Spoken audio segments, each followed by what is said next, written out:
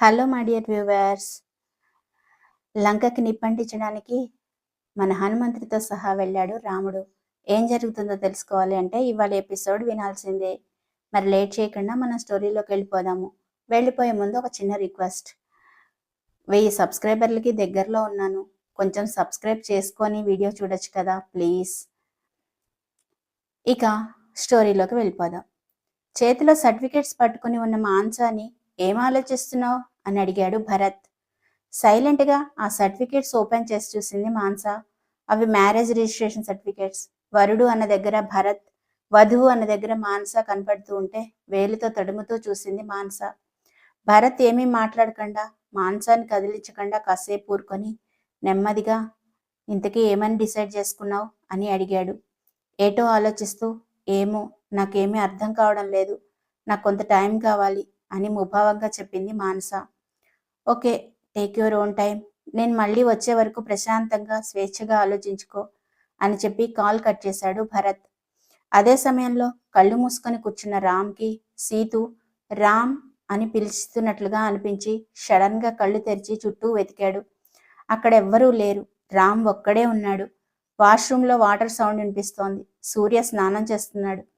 పదే పదే సీతుని చూడాలి అని మనసు పీకుతూ ఉంటే రామ్ తన ఫోన్ ఆన్ చేసుకొని సీతు ఫోటో చూడాలనుకున్నాడు.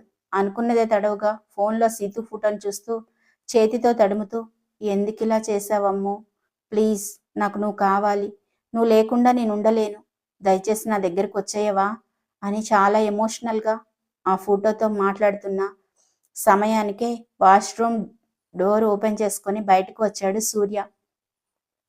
అప్పటి వరకు మాట్లాడుతున్న అతడు డోర్ సౌండ్కి తలెత్తి సూర్య బయటికి రావడం చూసి సైలెంట్ అయ్యి ఫోన్ పక్కన పెట్టేశాడు రామ్.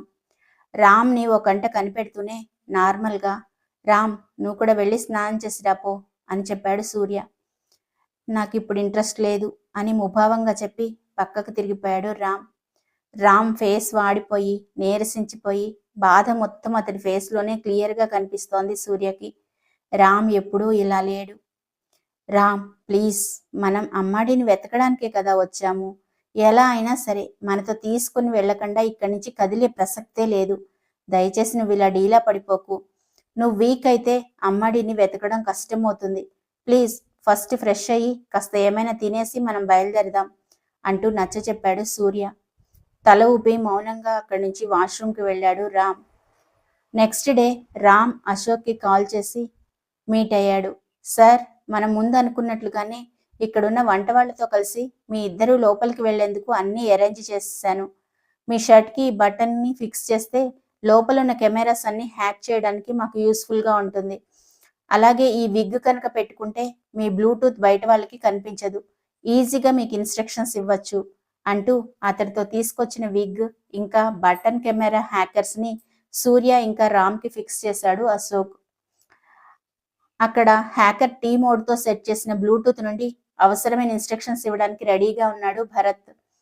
సీతు ఉన్న మ్యాన్షన్లో అడుగు పెట్టడానికి ఫుల్గా ప్రిపేర్ అయ్యి ఎంటర్ అయ్యారు సూర్య ఇంకా రామ్. ఎంట్రన్స్లోనే చెకింగ్ కోసం సెక్యూరిటీ గార్డ్స్ ఇద్దరిని ఆపి చెక్ చేస్తూ, నేను చూస్తూ ఉంటే వంటవాడిగా కనిపించడం లేదు, ఇంతకుముందు ఎక్కడ వర్క్ చేస్తావు అని డౌట్గా రామ్ని చూస్తూ అడిగాడు ఒక సెక్యూరిటీ. వెంటనే తడబడకుండా, ఇక్కడ పక్కనే ఉన్న ఒక హోటల్లో చెఫ్గా వర్క్ చేశాను అని ఆన్సర్ ఇచ్చాడు రామ్. సూర్య పైన అనుమానం అయితే రాలేదు, కానీ రామ్ మీద రావడంతో రామ్ని ఇంకొన్ని డౌట్స్ అడిగి క్లారిటీ వచ్చిన తర్వాత ఇద్దరిని లోపలికి ఎలో చేశారు సెక్యూరిటీ. సెక్యూరిటీ అడిగిన ప్రశ్నలకు ఎక్కడ తడబడకుండా సైలెంట్గా నీట్గా ఆన్సర్ చేయడంతో వాళ్ళ దగ్గర ఉన్న ఎక్విప్మెంట్స్ని కూడా విడిచిపెట్టేశారు సెక్యూరిటీ. ఆ మాన్షన్ని చూస్తూ ఆశ్చర్యంగా, మన ఇల్లే ఒక మహల్లా ఉంటుంది అనుకుంటే ఇక్కడ ఒక ఊరినే మహల్లాగా కట్టినట్లుగా ఉంది అని నోరు తెరుచుకొని చూస్తూ, ఇంత పెద్ద ఇంట్లో అమ్మాడి ఎక్కడుందో మనం ఎలా కనుక్కోగలం రామ్ అని అడిగాడు సూర్య. రామ్ మాత్రం ఆ మ్యాన్షన్ మొత్తాన్ని కళ్ళతోటే స్కాన్ చేస్తూ అబ్జర్వ్ చేస్తున్నాడు. నేను ఇక్కడ వర్కర్స్తో పాటు వంట చేస్తూ ఉంటాను, నువ్వు సైలెంట్గా వెళ్ళి అమ్మాడి ఎక్కడ ఉందో తెలుసుకో అని రామ్ చెవిలో గుసగుసగా చెప్పాడు సూర్య. ఓకే అని సూర్య వంట వైపు వెళ్తే రామ్ మ్యాన్షన్లోకి ఎంటర్ అయ్యాడు. సైలెంట్గా చుట్టూ గమనిస్తూ ఎక్కడ కెమెరాస్ ఉన్నాయో అక్కడ షర్ట్ బటన్ కెమెరా హ్యాకర్తో హ్యాక్ అవడం వల్ల లోపలికి ఎంటర్ అవ్వడం ఈజీ అయింది రామ్కి ఎక్కడ ఏ రూమ్స్ ఉన్నాయో ఒక్కొక్కటిగా బ్లూటూత్ ద్వారా చెప్తున్నాడు భరత్ చెప్తున్న ఇన్స్ట్రక్షన్స్ ప్రకారం అక్కడ వర్కర్స్తో కలిసి వర్క్ చేస్తున్నట్లుగానే యాక్ట్ చేస్తూ ఒక్కో రూమ్ వెతుక్కుంటూ వెళ్తున్నాడు రామ్, నీ రైట్ సైడ్ రవికాంత్ ఒక రూమ్ నుంచి బయటకు వస్తున్నాడు. అతని కంట పడకుండా ఎక్కడైనా దాక్కో, అర్జెంట్ అంటూ భరత్ హెచ్చరించేసరికి వెంటనే అలర్ట్ అయ్యి రవికాంత్ కంటపడకుండా దాక్కున్నాడు రూమ్ నుంచి బయటికి వచ్చిన రవికాంత్ ఒకసారి చుట్టూ గమనించి ఆ రూమ్ పాస్వర్డ్తో లాక్ చేసి అక్కడి నుంచి వెళ్ళిపోయాడు. ఇదంతా పోల్ వెనుక నుంచి అబ్జర్వ్ చేసిన రామ్ ఆ పాస్వర్డ్ని కళ్ళతోటే స్కాన్ చేసి మైండ్లో రికార్డ్ చేసుకున్నాడు. రవికాంత్ ఆ దరిదాపుల్లో లేకుండా వెళ్ళిపోయినంత వరకు వెయిట్ చేసి టకటక ఆ పాస్వర్డ్ ప్రెస్ చేసి ఆ రూమ్లోకి ఎంటర్ అయ్యాడు రూమ్ మొత్తం ఒకసారి కలిగి చూసి బెడ్ మీదకి రామ్ కళ్ళు వెళ్లేసరికి ముడుచుకొని ఒక మూలగా పడుకొని ఉంది సీతు. ఆమెని ఆ కండిషన్లో చూసి రామ్ మనసు తట్టుకోలేకపోయింది. అమ్మో, లైఫ్లో ఎన్ని కష్టాలు అనుభవించావురా, ఇక ఎలాంటి కష్టం నీ దరికి రాకుండా చూసుకుంటాను అని బాధగా సీతుని చూస్తూ రవికాంత్ మీద విపరీతమైన కోపం వస్తూ ఉంటే అది కంట్రోల్ చేసుకుంటూ వెళ్ళి ఆమె పక్కనే కూర్చుని సీతు భుజం మీద చెయ్యి వేసి మెల్లిగా లేపడానికి ట్రై చేశాడు రామ్. ఎంతకీ సీతు కదలకపోవడంతో అప్పుడు అర్థమైంది ఆమె స్పృహ తప్పి పడి ఉంది అని. ఒక పక్క కోపం తన్నుకొస్తూ ఉంటే మరో పక్క సీతు కండిషన్కి బాధ. వీటన్నిటితో ఒక్క క్షణం మెదడు మొద్దుబారింది రామ్కి. కాసేపటికి తేరుకొని పక్కనే ఉన్న వాటర్ సీతు మీద చల్లి తడి చేతితో కళ్ళు తుడిచి, అమ్మో, నేనురా నీ రామ్ని, నీకోసం వచ్చాను, ప్లీజ్ కళ్ళు తెరిచి నన్ను చూడు, నేను చేసిందంతా తప్పే, దానికి నువ్వు ఏ పనిష్మెంట్ ఇచ్చినా అనుభవిస్తాను, అంతేకాని ఇలా నాకు దూరం కావద్దు ప్లీజ్ అంటూ చాలా బాధగా సీతుని లేపుతున్నాడు రామ్. అతి కష్టంగా కళ్ళు తెరవడానికి ట్రై చేస్తున్న సీతుకి ఎదురుగుండా కనిపించిన వ్యక్తిని చూసి షాక్ అయింది. అప్పటికే ముందు రోజంతా డార్క్ రూమ్లో ఉండడం వల్ల పూర్తిగా భయపడిపోయిన సీతు సడన్ గా తన ముందు ఒక మనిషి ప్రత్యక్షమయ్యేసరికి ఇంకాస్త టెన్షన్ పడిపోయి గట్టిగా అరిచింది. హే సీతు, ప్లీజ్ అరవకు, నేనే నీ రామ్ని అంటూ టెన్షన్గా ఎవరైనా వస్తున్నారేమోనని డోర్ వైపు చూస్తూ చెప్పాడు రామ్. హేయ్, ఎవరు నువ్వు? ముందు ఇక్కడి నుంచి బయటికి వెళ్ళు అంది సీతు. అమ్ము, నేనెవరో నీకు తెలీదా? ఎందుకమ్ము ఇలా మాట్లాడుతున్నావు? ప్లీజ్ అమ్ము, నన్ను క్షమించవా? నాతో పాటు వచ్చేయవా? నువ్వు లేకుండా నేను ఉండలేను అంటూ బాధగా అడిగాడు రామ్. భయంగా రామ్ సీతు వైపు చూస్తోంది. ఏం మాట్లాడుతున్నాడో ఆమెకి మొదట అర్థం కాలేదు, ఎందుకంటే ఆమె ఇంకా షాక్లోనే ఉంది. సీతు చూపులు మరికొంచెం బాధని పెంచాయి రామ్లో. అసలు నువ్వెవరు? నన్నెందుకు క్షమించమని అడుగుతున్నావు? అయినా నువ్వు ఎవరని నిన్ను క్షమించడానికి? ప్లీజ్ ఫస్ట్ ఇక్కడి నుంచి వెళ్ళిపో అంటూ చెప్పింది సీతు, ఇప్పుడు నీతో మాట్లాడినంత టైం లేదు, అసలే మనకున్న టైం చాలా తక్కువ. ఫస్ట్ ఇక్కడి నుంచి నాతో బయటకు వచ్చాయి, తర్వాత జరిగిందంతా చెప్తాను ప్లీజ్ అంటూ రిక్వెస్ట్ చేశాడు రామ్. అసలు నువ్వెవరో నాకు తెలియదంటుంటే ఇలా బలవంతం చేస్తావేంటి? ముందు ఇక్కడి నుంచి బయటకు వెళ్ళిపో, నేను ఎక్కడికి రాను అని ఖరాఖండిగా చెప్పింది సీతు. దూరంగా ఉన్న రవికాంత్ సీతు అరుపు విని ఒక్కసారిగా అలర్ట్ అయ్యి ఫాస్ట్గా వచ్చాడు. రూమ్ దగ్గరగా రవికాంత్ కనిపించేసరికి అప్పటికే బ్లూటూత్ చేతిలోనే పట్టుకుని ఇన్ఫర్మేషన్ ఇద్దామనుకున్నా సిగ్నల్ లేక మాట వినపడక టెన్షన్ పెరిగిపోయి, అరే రామ్, ఇంకా అక్కడే ఏం చేస్తున్నావురా? త్వరగా బయటికి రా, లేదంటే దొరికిపోతావు అని మనసులోనే నిస్సహాయంగా అనుకున్నాడు భరత్. డోర్ ఓపెన్ చేసి లోపలికి వెళ్ళి చూస్తే సీతు నిద్రపోతోంది.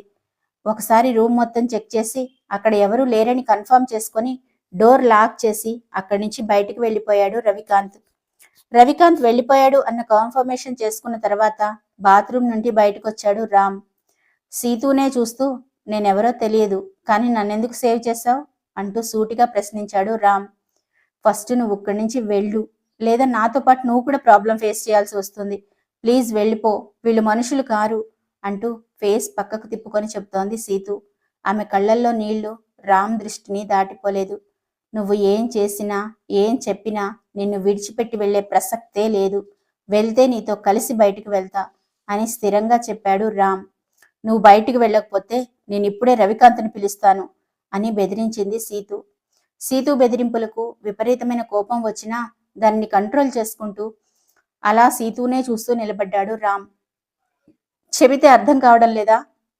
మర్యాదగా ఇక్కడి నుంచి వెళ్ళిపో, లేదంటే నేను గట్టిగా అరుస్తాను అని మరోసారి బెదిరించింది సీతు. అరు, గట్టిగా అరిచి పిలు.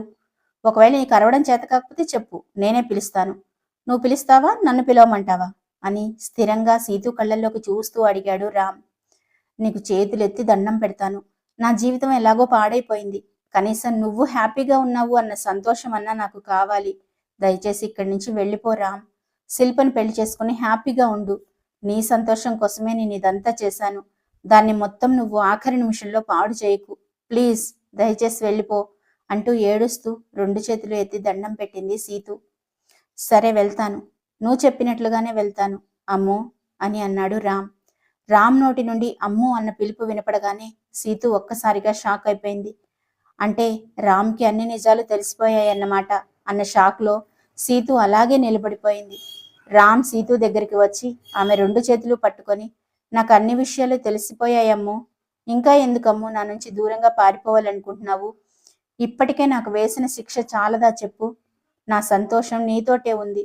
నువ్వు ఈ నరకంలో కుమిరిపోతూ ఉంటే నేను అక్కడ వేరొకరిని పెళ్లి చేసుకుని హ్యాపీగా ఉంటాను అని ఎలా అనుకుంటున్నావు? ఒకవేళ చనిపోవాల్సిన పరిస్థితి వస్తే ఇద్దరం కలిసే చనిపోదాం, పర్వాలేదు. నేను నీ కోసం ఏం చేయడానికైనా సిద్ధంగానే ఉన్నాను అని ఎమోషనల్గా అన్నాడు రామ్. రామ్ ఆ మాట మాట్లాడుతున్నప్పుడు సీతు అతని నోటి మీద చెయ్యి వేసి, మాట్లాడద్దు అలా అన్నట్లుగా తల ఊపుతూ అతని గుండెల్లో మొహం దాచుకుంది. ఎన్నో ఏళ్ల విరహాన్ని తీర్చుకుంటున్నట్లుగా వాళ్ళిద్దరూ ఒకరి కౌగిలిలో ఒకరు అలాగే ఉండిపోయారు. అక్కడ జరుగుతున్నదంతా రామ్ షర్టుకు పెట్టుకున్న సీసీ కెమెరాల నుంచి చూస్తున్న భరత్ కళ్ళల్లో కూడా నీళ్లు తిరిగాయి. కొద్దిసేపటి వరకు వాళ్ళిద్దరూ ఏమీ మాట్లాడుకోలేదు. కాసేపు ఆగిన తర్వాత రామ్ ఒకరోజు ఓపిక పట్ట సీతు, నిన్ను ఈ నరకంలో నుంచి శాశ్వతంగా బయటికి తీసుకువెళ్తాను. సగర్వంగా నా భార్యగా నిన్ను నాతో పాటు తీసుకువెళ్తాను. నేను నీకు ఇది ప్రామిస్ చేస్తున్నాను అని ఎమోషనల్గా అన్నాడు రామ్. అవన్నీ తర్వాత రామ్. ఇప్పుడు ఇక్కడ నిన్ను ఇలా ఎవరైనా చూశారు అంటే నిన్ను ఏం చేస్తారో అని భయంగా ఉంది. ముందు నువ్వు ఇక్కడి నుంచి వెళ్ళిపో ప్లీజ్ అని బతిమలాడుతున్నట్లుగా అన్నది సీతు. చాలా రోజుల తర్వాత నిన్ను కలిశానమ్ము, కొద్దిసేపు ఉండనీవే అంటూ ఆమె పొట్ట మీద ముద్దు పెట్టుకొని, ఈ విషయం కూడా నాతో చెప్పకుండా దాచావు కదూ అని గొంతులో ఏదో అడ్డుపడుతున్నట్టుగా అన్నాడు రామ్. సీతుకి కన్నీళ్లు ఆగడం లేదు. ఇంత ఆనందాన్ని ఆమె ఎక్స్పెక్ట్ చేయలేదు. అది కూడా తను రాక్షసుల మధ్యలో ఉంటే ఆ పద్మవ్యూహాన్ని ఛేదించి మరి తన రాముడు తన కోసం వచ్చాడు. రామ్ తల మీద నెమ్మదిగా తన చేతితో నిమురుతూ అలాగే ఉండిపోయింది సీతు. భరత్కి ఓ పక్క సంతోషంగా అనిపిస్తున్నా అలా చూడడం మంచిది కాదు అన్న విషయం గుర్తొచ్చి, ఒరే బాబు, ముందక్కడి నుంచి బయటికి రా, చూడలేక చస్తున్నాము అని బ్లూటూత్లో రామ్కి ఇన్స్ట్రక్షన్స్ పాస్ చేశాడు భరత్. భరత్ తనను చూస్తూ ఉన్నాడన్న సంగతి అప్పుడే సడన్గా రామ్కి గుర్తొచ్చింది. నా లైఫ్లో పెద్ద విలన్ ఎవరైనా ఉన్నారు అంటే అది వీడే అని అనుకుంటూ, సీతు, నేను మళ్ళీ వస్తాను, నేను చెప్పినట్లుగా నిన్ను తీసుకెళ్తాను అని అన్నాడు రామ్. అవన్నీ తర్వాత, ముందు దయచేసి అర్జెంటుగా ఇక్కడి నుంచి వెళ్ళిపో. ఒకవేళ నాకు ఏదైనా జరగరానిది జరిగినా నువ్వు మాత్రం నీ లైఫ్లో హ్యాపీగా ఉండాలి. నా మీద గౌరవం ఉంటే ఎలాంటి సాహసాలు చేయొద్దు అని రామ్కి మాట్లాడే ఛాన్స్ ఇవ్వకుండా బయటకు నెట్టేసింది సీతు. కోపంగా సూర్య దగ్గరికి వచ్చాడు రామ్. అమ్మాడి ఏది, ఏం జరిగింది, ఒక్కడివే వచ్చావేంటి అంటూ డౌట్గా చుట్టూ చూస్తూ అడిగాడు సూర్య. పిడికిలి బిగిస్తూ లోపల జరిగిందంతా చెప్పాడు రామ్. అరే రామ్, డోంట్ వరీ, అమ్మాడి కోపంలో ఉండి అలా మాట్లాడుతోందిలే, కోపం తగ్గిన వెంటనే వచ్చేస్తుంది, నువ్వేం టెన్షన్ కాకు అంటూ నచ్చ చెప్పాడు సూర్య. ఆమె వెళ్ళిపోమంది అని కోపం కాదు సూర్య, ఆమెను ఫస్ట్ ఇక్కడి నుంచి ఎలా అయినా తీసుకెళ్ళాలి, అది ఆ రవికాంత్ కంటపడకుండా, అది ఎలా అని ఆలోచిస్తున్నా అంటూ ఏదో డీప్గా ఆలోచిస్తూ చెప్పాడు రామ్. ఏదైనా ప్లాన్ ఆలోచిద్దాం, ఎలా అయినా అమ్మాడిని తీసుకునే వెళ్దాం అంటూ హామీ ఇచ్చాడు సూర్య. రామ్ ఆలోచనల్లో ఉండిపోయి ఇంతలో గెస్ట్లు భోజనానికి రావడంతో శారద, రవికాంత్ కలిసి సీతుని బలవంతంగా తీసుకుని డైనింగ్ టేబుల్ దగ్గరికి వచ్చారు. డిఫరెంట్ డిషెస్ అన్నీ చేసి డైనింగ్ టేబుల్ నింపేశారు. ఆ డిషెస్లో అన్నింటిలో ఎక్కువగా సౌత్ ఇండియన్ ఫుడ్స్ అట్రాక్టివ్గా ఉన్నాయి. అందరూ చైర్స్లో కూర్చోగానే సర్వెంట్స్ వడ్డించడం స్టార్ట్ చేశారు. ఒక్కొక్క ఫుడ్ ఐటమ్ని ఎంజాయ్ చేస్తూ తింటున్నారు అక్కడ ఉండే ప్రతి ఒక్కరూ. ఎప్పుడూ తిన్న ఫుడ్లా కాకుండా కాస్త టేస్ట్ డిఫరెంట్గా అనిపించింది రవికాంత్కి. అక్కడ ఉండే సర్వెంట్ని వెంటనే ఈ డిషెస్ అన్నీ ఎవరు ప్రిపేర్ చేశారు అని అడిగాడు రవికాంత్. ఆ సర్వెంట్ ఎవరు వంట చేస్తారో చెప్పడంతో వాళ్ళని వెంటనే తీసుకురమ్మని ఆర్డర్ పాస్ చేశాడు రవికాంత్. సూర్య, రామ్ ఇద్దరూ మాట్లాడుకుంటూ ఉండగా సర్వెంట్ వాళ్ళ దగ్గరికి వచ్చి, సార్ మిమ్మల్ని పిలుస్తున్నారు అని చెప్పగానే షాక్ అయ్యారు ఇద్దరు.